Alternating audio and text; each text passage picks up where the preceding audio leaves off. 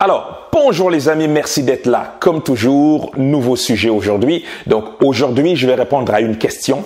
On m'a posé la question de savoir est-ce que j'étais plutôt un investisseur à court terme ou encore un investisseur à long terme. Est-ce que je privilégie plus une stratégie plutôt sur plusieurs mois, voire plusieurs années, ou est-ce que j'étais plutôt en train de rechercher constamment des opportunités d'investissement au jour le jour ou à quelques jours près ou à quelques semaines près. Voilà.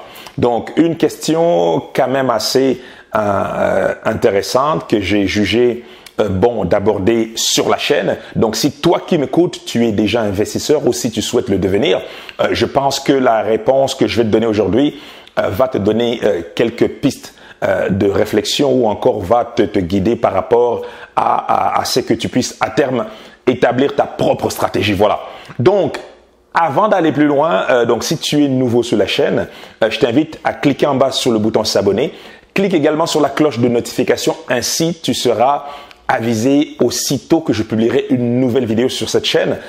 J'ai pour habitude de parler d'investissement, de finances personnelles, de crypto-monnaie, de bourse, de business sur cette chaîne. Voilà. Et également, n'oublie pas, si tu ne l'as pas déjà fait, regarde le premier lien en bas dans la partie de description. Tu peux dès aujourd'hui télécharger gratuitement mon nouveau livret, les 10 bonnes raisons de devenir investisseur. Voilà. Donc, est-ce que je suis plutôt long terme ou plutôt court terme quand on parle d'investir? Voilà. En fait, pour répondre à cette question, je vais partager avec toi mes observations, également ma propre expérience dans le sujet. J'ai constaté, et je l'ai vécu moi-même, quand on se lance dans le monde de l'investissement, quand on est à notre premier investissement, on a naturellement tendance à être du genre court terme. Voilà. Pourquoi? Parce que effectivement, qui dit investissement sous-entend gagner de l'argent. On est plus dans une démarche court-termiste. On ne veut pas finalement rester longtemps. Donc la conception qu'on a de l'investissement, d'investir son argent, est un peu une conception, je dirais, une caricature finalement de ce qu'on a l'habitude de voir dans des films comme Le Loup de Wall Street ou d'autres types de films du même type. Où est-ce qu'on peut parler? On voit des traders qui vont faire des transactions à très court terme pour gagner beaucoup d'argent, ou encore des businessmen qui vont faire des gros coups qui semblent ne pas avoir demandé beaucoup d'efforts et au bout de quelques jours on finit par gagner des millions. Voilà. Donc quand on se lance dans le monde de l'investissement, j'ai constaté que c'est plutôt cette conception qui n'est pas toujours vraie, cette conception de l'investissement qui n'est pas toujours vraie et qui malheureusement pousse plusieurs investisseurs débutants à faire des erreurs, à être impatients et parfois à être victimes de ce qu'on appelle les baleines, donc de certains manipulateurs de marché, aussi bien dans le domaine de la bourse que dans le domaine de crypto-monnaie par exemple. Là, je prends deux exemples d'investissements qui parfois peuvent être très spéculatifs. Voilà. Donc, généralement, quand on débute, on est plutôt court terme. Je l'ai été moi-même et rapidement, j'ai constaté qu'il y a des avantages certes, mais il y a, à mon sens, beaucoup plus de désavantages que d'avantages finalement. Donc, un des désavantages d'être plutôt court-termiste, c'est la notion de temps. Donc, dépendamment dans quel domaine on veut investir, si on est plutôt dans des investissements plus spéculatifs comme les crypto-monnaies ou la bourse, le fait d'être court-termiste fait en sorte que on est constamment sur le qui-vive, on est obligé de suivre les marchés au jour le jour, d'être en train de fouiller, de rechercher constamment l'information et bien souvent d'être en train de remettre en question constamment notre investissement. Voyez? Donc, quand on fonctionne de cette manière, évidemment, ça nous prend beaucoup de temps. En magazine, ça nous demande beaucoup plus de concentration et donc en résumé, ça demande beaucoup plus de temps. Le temps étant un actif très précieux, beaucoup plus précieux que l'argent d'ailleurs, en mon sens du moins, je pense que à terme, il n'est pas très efficace de fonctionner de cette manière. La deuxième raison, le deuxième point négatif de l'investissement à court terme, c'est simplement le fait que on est sur les nerfs, nos émotions peuvent nous jouer des tours.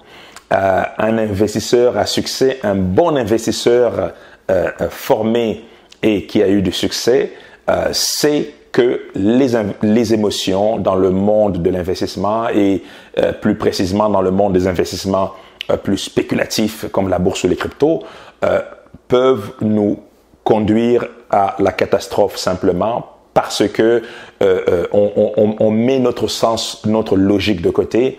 On est plutôt victime de nos émotions. Et vu qu'à court terme, souvent les marchés financiers ou d'autres types d'investissements, d'ailleurs, à court terme, ces investissements peuvent être très volatiles. Si je prends l'exemple des crypto-monnaies, par exemple, il nous arrive de voir des journées où une crypto ou deux ou trois peuvent faire du 30% de fluctuation à la hausse ou à la baisse. Donc, si on investit basé principalement sur nos émotions, eh bien, ces émotions vont nous jouer des tours et généralement, on va être écarté du marché assez rapidement parce qu'on va perdre beaucoup d'argent simplement parce qu'on a pris des décisions non pas basées sur le bon sens, non pas basées sur une analyse pragmatique, mais plutôt sur nos émotions. Et bien souvent, les émotions n'ont pas grand-chose à voir quand on parle d'investissement, que ce soit l'immobilier, les cryptos, la bourse ou encore créer un business. Voilà.